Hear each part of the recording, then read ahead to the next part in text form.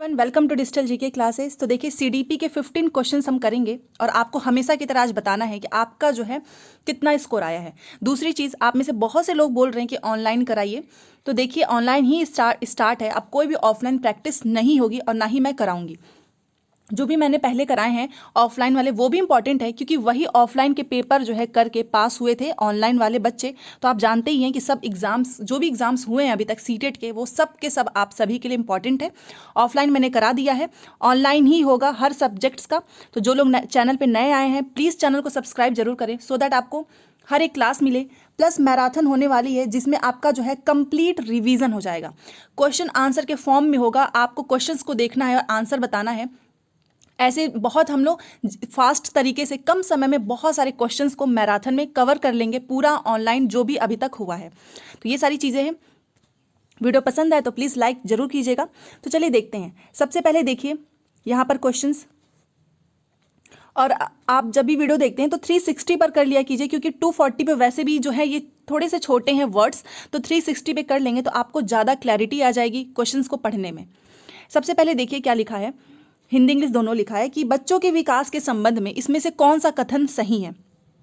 English वाले यहाँ से अपना आंसर देख के बता सकते हैं। तो आपको बच्चों का जो डेवलपमेंट है उससे रिलेटेड पूछ रहा है, तो इसका मतलब क्या पूछा है, पॉजिटिव पूछा है। तो चलिए ऑप्शंस को देखते हैं। विकास के क्षेत्र जो है वो सुस्पष्ट हैं और उनका एक दूसरे से कोई संबंध नहीं है। क्या ऐसा हो सकता है कि जो डेवलपमेंट है उसका जो है एक दूसरे से कोई संबंध नहीं है? और सुस्पष्ट का मतलब क्या होता है, the domains of development are distinct. बिल्कुल भी नहीं, ये डिस्टिंक्ट नहीं होता है। एंड अनरिलेटेड, ये एक दूसरे से क्या है, विकास के जितने भी आयाम हैं वो सब एक दूसरे से जुड़े हुए हैं।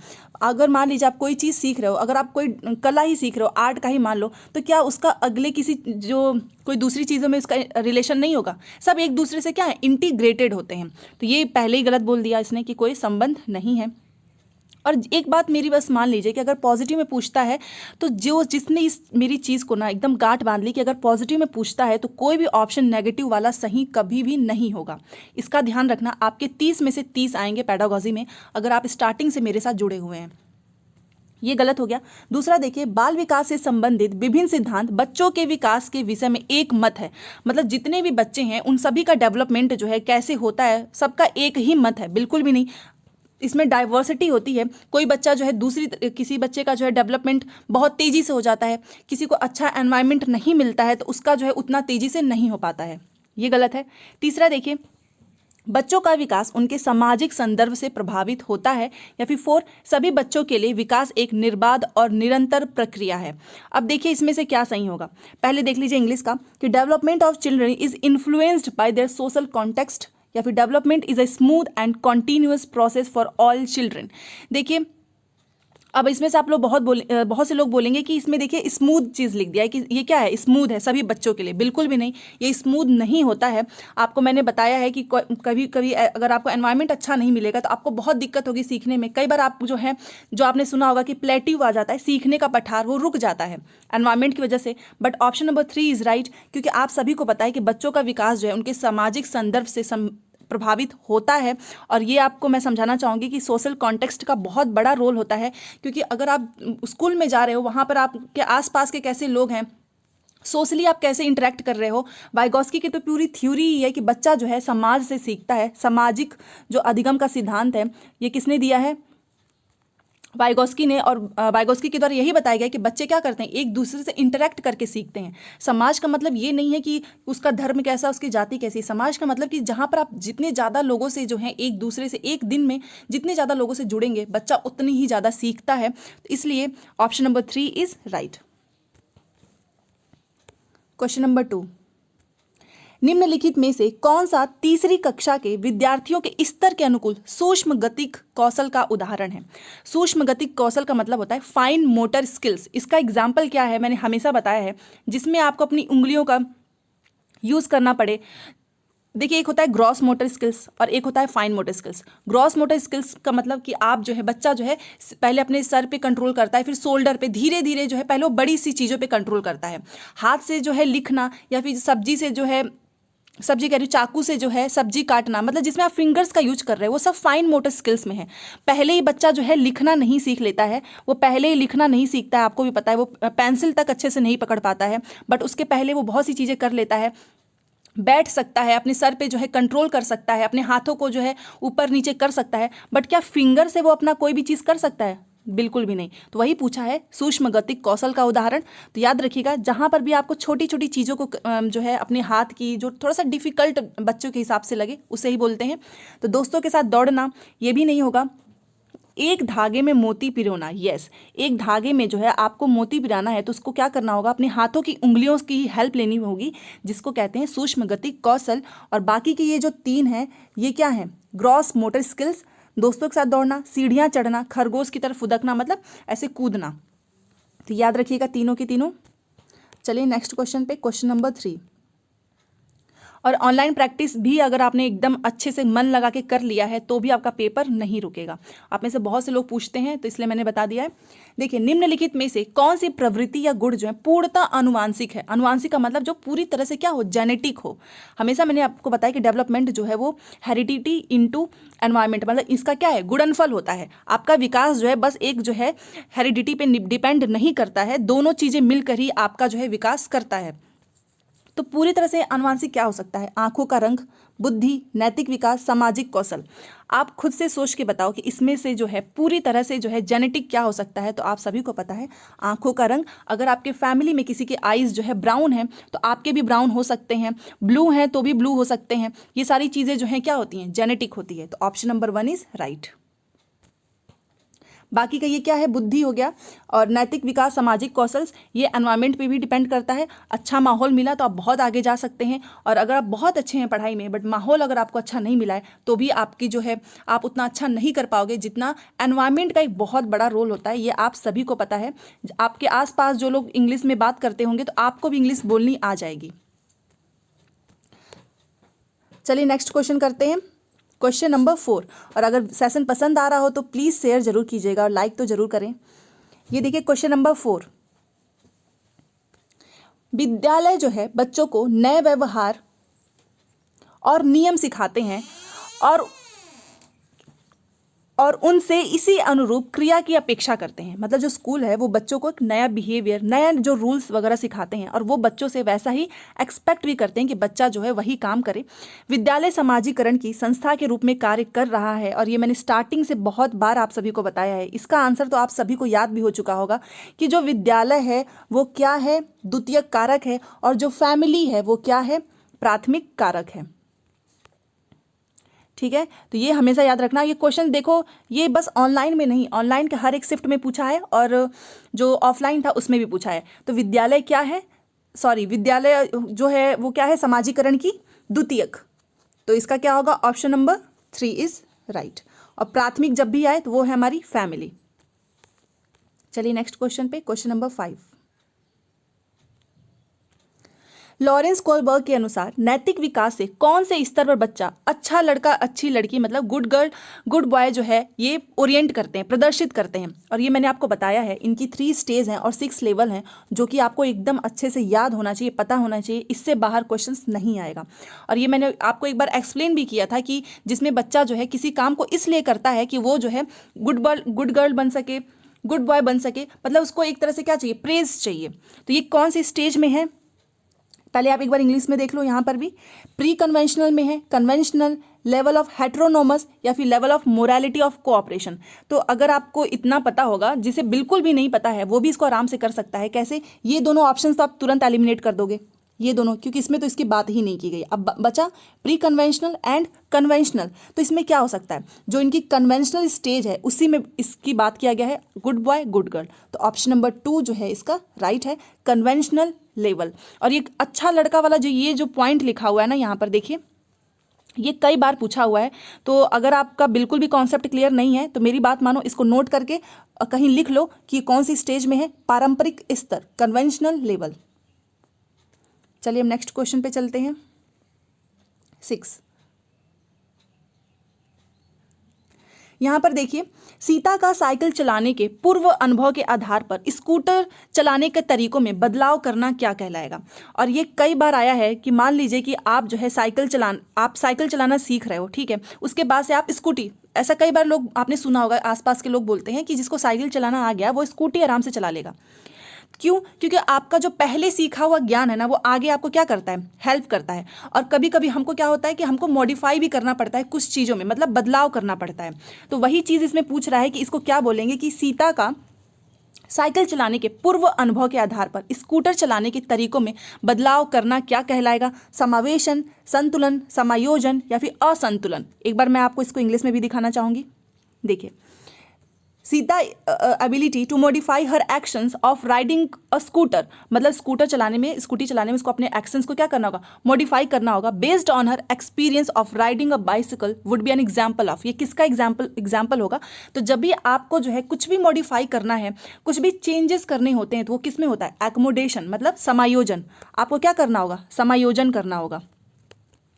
तो याद रखिएगा, ये मॉडिफाई वर्ड यहाँ पर आ गया है, इस वजह से ये एकोमोडेशन है। और एसिमिलेशन मैंने आपको बताया ही हुआ है, कोई भी चीज़ आप ऐड करते हो, मैंने हमेशा बताया, ऐड करना, नई चीज़ जोड़ना, नई ज्ञान को जोड़ना, उसको बोलते हैं आत्मसात करना, एसिमिलेशन। और कोई भी चीज़ आप मॉडिफाई कर रहे हो या फिर आप अपना जो है थोड़ी भी चेंजेस कर रहे हो अपने चलाने के तरीकों में, उसको बोलते हैं एकोमोडेशन। तो जो इसने यहाँ पर किया है उसको बोलते हैं समायोजन। तो ऑप्शन नंबर 3 इज राइट। अब चलिए हम नेक्स्ट क्वेश्चन पे चलते हैं, क्वेश्चन नंबर 7। और सीडीपी जो है आपको एकदम अच्छा करना ही होगा, कि कोशिश यही करना है कि आप 30 में से 30 जो है स्कोर करो। तो चलिए 7 नंबर का क्वेश्चन देखते हैं, हिंदी इंग्लिश दोनों है, आप देख सकते हैं। In which stage children start using semiotic functions rapidly develop language skills, मतलब किस अवस्था में बच्चे लाक्षणिक कार्य करना प्रारंभ कर देते हैं और उसमें भाषा कौशल जो है वो तेजी से विकसित होता है। यहाँ पर आपको पता है ये पियाजे की स्टेज है, SPCF। ये स्टेज एकदम क्रम में याद रखना, क्रम में लगाने के लिए भी पूछता है। Sensory motor, pre operational, concrete and formal. तो आप बताओ, आपको पियाजे की मैंने थ्योरी आपको पढ़ाई भी है, तो कौन सा है, किसमें जो है बच्चा जो है भाषा कौशल को तेजी से सीखता है। तो वो इस जो पियाजे की स्टेज है वो कौन सी है, तो वो है प्री ऑपरेशनल। प्री ऑपरेशनल में जो है बच्चा जो है वो सिमेटिक फंक्शन जो है वो भी स्टार्ट कर देता है। और एक चीज़ और बताना चाहूँगी, यहाँ पर देखो ये लैंग्वेज, ये जो सिमोटिक फंक्शंस है और बच्चा तेज़ी से विकास होता है, यही आपको ऑनलाइन में चेंजेस देखने को मिलेगा, जो कि ऑफलाइन में नहीं हुआ था कभी भी। बट इस बार से उसने पियाजे की थ्योरी को घुमा कर पूछा है। इसमें से बहुत से लोग कंफ्यूज हो जाएंगे, उन्हें ऐसा लगेगा कि ये क्या होगा, कॉन्क्रीट होगा, बट नहीं। इसका राइट आंसर है ऑप्शन नंबर 3 प्री ऑपरेशनल। जब भी भाषा की बात आए कि भाषा कौशल जो है वो तेजी से विकसित होता है, तो वो होता है प्री ऑपरेशनल में। या फिर सिमेटिक फंक्शंस की भी बात आए तो वो भी होता है प्री ऑपरेशनल में। पूर्व संक्रियात्मक जिसे हिंदी में बोलते हैं। अब हम चलते हैं अपने अगले क्वेश्चन पे, क्वेश्चन नंबर 8। चलिए ये देखते हैं। एक अध्यापिका, यहाँ पर आपको भरना होगा, और 2-4 विद्यार्थी जो हैं एक सहयोगी गुट बनाते हैं, जिसमें कोऑपरेटिव, एक सहयोगिक, और एक एक करके लेखांश पर संवाद को आगे बढ़ाते हैं। तो ये कौन सी चीज़ें हो रही हैं, इसको आपको बताना है। इन अ टीचर एंड 2-4 स्टूडेंट, एक टीचर और 2-4 स्टूडेंट्स, बच्चे मिलकर फॉर्म अ कोलैबोरेशन ग्रुप। एक कोलैबोरेट का मतलब क्या होता है, सहयोग वाला जो एक समूह होता है, जिसमें सब क्या करते हैं, एक दूसरे की मदद करते हैं। And take turns leading dialogues on the content of a text passage, जो टेक्स्ट पैसेज है उसके लेखांश पर क्या करते हैं, संवाद को आगे बढ़ाते हैं, मतलब अपना डायलॉग्स वगैरह बोलते होंगे। तो इसको क्या बोलते हैं, आप बताइए। कोलैबोरेशन ग्रुप की बात हो रही है, इसको रेसिप्रोकल टीचिंग बोलते हैं, स्कैफोल्डिंग, डिस्कवरी लर्निंग या फिर प्रोग्राम्ड इंस्ट्रक्शन। तो याद रखिएगा ये होता है रेसिप्रोकल टीचिंग। हम जो है अपनी लैंग्वेज में भी डेली अगर आप किसी से बात भी करते होंगे तो कई बार आपने बोला होगा कि उसका रेसिप्रोकेट जो है वो सही नहीं था। कई बार हम ये भी बोलते हैं कि जैसे हम बात कर रहे थे वैसा उधर से जो है हमें रेसिप्रोकेट वाइब्स नहीं मिल रहा था, जिसे बोलते हैं अन्योन शिक्षण। इसका मतलब ये होता है कि आप किसी से अगर बात कर रहे हो तो सामने वाला अगर जो है आपसे उस तरीके से बात ना करे, मतलब वो कोलैबोरेट ना करे आपके अगेंस्ट में, या फिर वो कुछ अपना मत ही ना दे। तो ठीक है, इसलिए मैंने इसको अच्छे से आपको समझा दिया कि डेली रूटीन में भी हम ऐसे यूज करते हैं। जहां पर भी आप रेसिप्रोकेट करोगे तो वो क्या होता है, वो कोलैबोरेशन होता है, कोलैबोरेट हो रहा है, एक सहयोगिक गुट बनता है जहां पर आप एक दूसरे की मदद कर रहे हैं। तो जब भी ऐसा कुछ भी आए कि 2-4 स्टूडेंट्स या टीचर मिलकर जो है कोलैबोरेट कर रहे हैं और अपने संवाद को जो है एक टेक्स्ट पैसेज के द्वारा आगे बढ़ा रहे हैं, तो इसे बोलते हैं रेसिप्रोकल टीचिंग, जिसे बोलते हैं अन्योन शिक्षण, जहां पर एक दूसरे से क्या करते हैं, हम मदद करते हैं। तो देखिए ये भी ऑनलाइन में पूछा था और ये भी क्वेश्चन बहुत ईजी तो मैं नहीं कहूँगी, क्योंकि ये जो है ऐसे घुमा के पूछा था तो ऐसा लगा कि इसका फोल्डिंग होगा, क्योंकि टीचर क्या कर रहा है, स्टूडेंट्स की मदद कर रहा है। तो ये बिल्कुल भी मत कीजिएगा, क्योंकि यहाँ पे टीचर ने मदद नहीं किया है, वहाँ पे टीचर ने भी अपने आप उस ग्रुप में शामिल किया है। So that's why option number 1 is right. Next question चलते हैं 9 पे। अब ये 9 देखिए, प्राथमिक विद्यालय के बच्चों को पढ़ाने के लिए ले वाइगोस्की ने निम्नलिखित में से कौन सी तकनीक सुझाई है, और इनकी थ्योरी 100% आएगी। तो इन्होंने कौन सी तकनीक सुझाई है किस पे, प्राथमिक विद्यालय में बच्चों को पढ़ाने के लिए।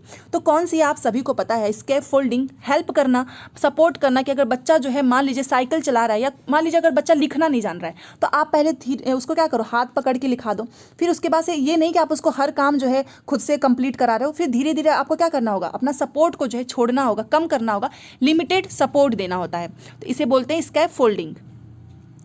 देख लीजिए इंग्लिश में भी इंस्ट्रक्शनल स्कैफ फोल्डिंग का आप यूज करते हो, जहां पर आप क्या करते हो, इंस्ट्रक्ट देके जो है मतलब कुछ निर्देश वगैरह देके आप बच्चों की क्या कर रहे हो, सहायता कर रहे हो। और ये जो है प्राइमरी स्कूल के बच्चों में ले वाइगोस्की के अकॉर्डिंग पढ़ाने की एक तकनीक है।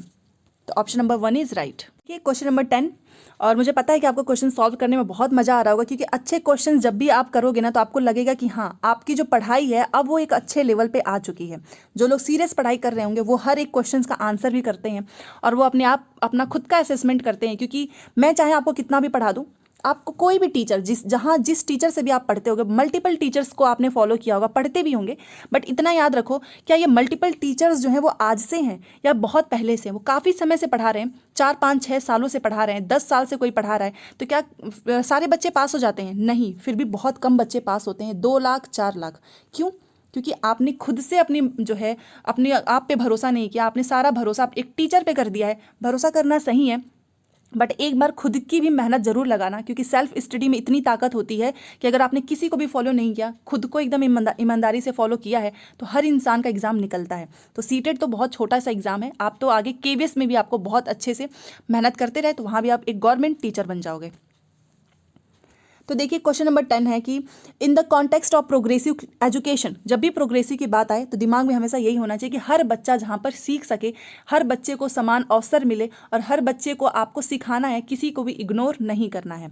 तो बस प्रोग्रेसिव क्लासरूम के बारे में हमको स्टेटमेंट बताना है करेक्ट वाला। तो चलिए देखते हैं। पहला देखिए, students with low ability should be ignored in the class, कि जो बच्चा कम जानता है आप उसको इग्नोर कर दें, एकदम गलत है। दूसरा देखिए, there should be no place for democracy in a classroom. Democracy का मतलब क्या है, हमारे इंडिया का एक डेमोक्रेटिक कंट्री है जहाँ पर हर इंसान को बोलने का अधिकार है, तानाशाही नहीं होती है। तो आप क्या करो, क्लास में ऐसा मत रखो, मतलब कुछ बच्चे ही बोले, बाकी जो दूसरे बच्चे हैं वो चुप रहें। तो इस वजह से ये गलत है, क्योंकि आपको क्या करना है, डेमोक्रेटिक होना चाहिए, और यहाँ पर ये बोल दिया नहीं होना चाहिए। तीसरा देखिए, students should be encouraged to become problem solvers. आपको हमेशा बच्चों को प्रॉब्लम सॉल्व करने के लिए क्या करना चाहिए, एनकरेज करना चाहिए। और ये एनकरेज अपने आप में एक पॉजिटिव वर्ड है, जिसे बोलते हैं प्रोत्साहित। यहाँ पर देखिए, प्रोत्साहित करना चाहिए। और ये मैंने टैग वर्ड्स आपको भेजे हैं टेलीग्राम पर, जिसने नहीं देखा है वो आप फाइल में जाइएगा, वहाँ पर पूरा आपको दिखेगा अच्छे से। तो यस, ये राइट है। और 4 देखिए, कक्षा मुख्यतः पाठ्य पुस्तक केंद्रित होना चाहिए और सभी नियम शिक्षक निर्धारित करें। मतलब टीचर जो है अपने आप को भगवान समझने लगे और वो बोले जैसा मैं बोलूँगा वैसे ही सबको करना है, प्लस पाठ्य पुस्तक से पढ़ाना है। तो ये भी गलत है। सही चीज़ क्या है कि आपको बच्चों को हमेशा अप्रिसिएट करना है, एनकरेज करना है कोई भी प्रॉब्लम्स को सॉल्व करने के लिए। अब चलिए नेक्स्ट क्वेश्चन पे 11।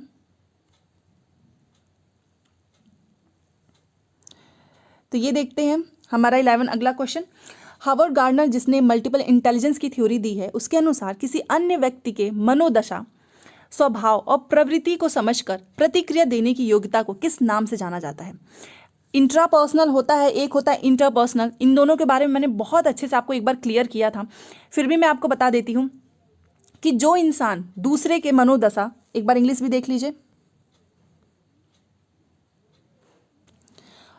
the ability to detect and respond appropriately to the moods, temperament and intentions of others, जो दूसरे के जो है मूड्स को समझ सके, उसके मनोभाव, उसका इंटेंशन, मतलब आपको दूसरे का समझना है, उसको क्या बोलते हैं, तो उसे बोलते हैं इंटरपर्सनल। इंट्रापर्सनल होता है खुद के लिए, और इंटरपर्सनल जब भी दूसरे की बात आएगी तो इसे याद रखना, इसको इंटरपर्सनल बोलते हैं। और ये केवल आपको CDP में नहीं, ये आपको इंग्लिश में भी देखने को मिलेगा, हिंदी में भी देखने को मिलेगा।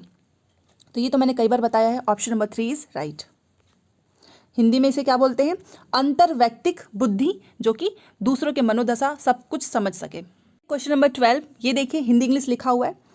इसमें है कि लड़की की तरह ना रो, तुम लड़के हो, पिता के द्वारा पुत्र को क्या कहा गया है? इस वाक्य के द्वारा ये क्या दर्शाता है? मतलब एक फादर है, उसने अपने लड़के को बोला, उसका लड़का रो रहा होगा तो बोला कि क्या लड़कियों की तरह रो रहे हो, जो कि काफ़ी समय से चलता आ रहा है कि लड़के जो हैं वो नहीं रो सकते हैं, केवल लड़कियां ही रोती हैं। लड़के जो है बहुत स्ट्रांग होते हैं। और उसके पापा ने अपने लड़के को भी बोल दिया कि तुम लड़की की तरह क्यों रो रहे हो। तो ये क्या कर रहा है? ये क्या है? एक जेंडर स्टीरियोटाइप है। ये एक रूढ़िवादी सोच है जो कि काफ़ी समय से चली आ रही है, और ये हर इंसान के मन में ऐसा होता है कि लड़के जो हैं नहीं रोते हैं, केवल लड़कियां ही जो है वो रोती हैं। तो ये तो इजी है। Option number 2 is right. 13 question है। निम्न में से कौन सा कथन सतत और व्यापक मूल्यांकन के संदर्भ में सही नहीं है? सतत और व्यापक मूल्यांकन से क्वेश्चंस आना कंफर्म है।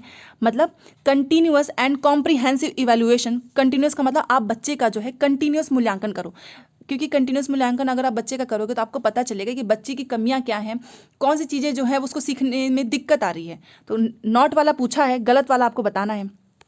तो चलिए देखते हैं। यह शिक्षकों के लिए शिक्षार्थियों का निरंतर परीक्षण करने का आसान तरीका है। तो ये जो है आसान तरीका है जिससे कि शिक्षक क्या करे, बच्चों का हमेशा परीक्षण कर सके। दूसरा, अध्यापन अधिगम प्रक्रिया में नवीनतम प्रक्रिया, ये तो सही है। यह विद्यार्थियों में अध्ययन के प्रति रुचि पैदा करता है। यस, क्योंकि अगर आप निरंतर मूल्यांकन करोगे तो आप बच्चों को जो है कई बार प्रेज करते हो, उन्हें कुछ रिइंफोर्समेंट की तरह तौर पर आपने कुछ उनको पुरस्कार दे दिया तो बच्चे के अंदर क्या होता है, इंटरेस्ट पैदा होता है। ये भी सही है। 4 देखते हैं। 4 लिखा है कि पारंपरिक पेपर कलम परीक्षण विद्यार्थियों की सभी विशेषताओं और क्षमताओं का आकलन नहीं कर पाते हैं। ये बात एकदम सही लिखा है कि जो पेपर कलम परीक्षण होता है, रिटन टेस्ट, ये हमेशा जो है बच्चे की हर एक विशेषताओं, उसकी जो क्षमताएं हैं, बहुत सी उसकी क्षमताएं विशेषताएं हैं जो कि आप केवल एक सीट पे उसके जो उसने लिख दिया है उससे आप आकलन उसका नहीं कर सकते हैं। तो ये तो इसमें सही लिखा है।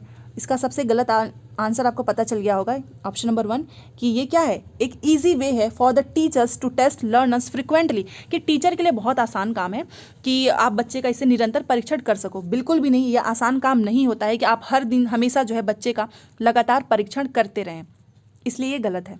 और हमसे गलत वाला पूछा है, नहीं पे हमेशा ध्यान देना है, मैंने हमेशा बताया है। क्वेश्चन नंबर 14 देखिए। एक अध्यापक को कक्षा की सामाजिक, सांस्कृतिक, धार्मिक और भाषाई विविधता को समझना चाहिए। यस, ऑफ कोर्स, क्योंकि हर बच्चा अलग समाज से होता है, धर्म भी अलग होता है, उसकी लैंग्वेज भी अलग होती है, और आपको बहुभाषिकता को प्रमोट करना है, उन्हें नेग्लेक्ट नहीं करना है। तो ये बात एकदम सही लिखी है। दूसरा देखते हैं। तर्क में क्या है कि कक्षा में विद्यार्थी एक समरूप समूह गठित करते हैं। समरूप का मतलब एक ही जैसा समूह। क्या ऐसा होता है कि सारे बच्चे जो हैं आपको यहाँ पर देख लीजिए होमोजीनियस ग्रुप हो? बिल्कुल भी नहीं, सब बच्चे अलग अलग हैं। तो आप एक समरूप जो समूह है उसको आपको कभी गठित नहीं करना चाहिए कि सारे तेज बच्चों का एक ग्रुप बना दो, कमजोर बच्चों का एक ग्रुप बना दो। बिल्कुल भी नहीं, हमको क्या करना है, हमेशा मिक्स वाला ग्रुप करना है, अलग नहीं करना है। इस वजह से ये गलत हो गया। ऑप्शन नंबर ए जो है वो राइट है।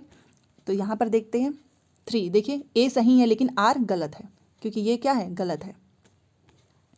अब ये है आज का हमारा लास्ट क्वेश्चन, और आप प्लीज़ मुझे बताना आपको आज की क्लास कैसी लगी, और पसंद आया हो तो प्लीज़ शेयर ज़रूर कीजिएगा, क्योंकि ऐसे ही आपको क्वेश्चंस हमेशा देखने को मिलते रहेंगे।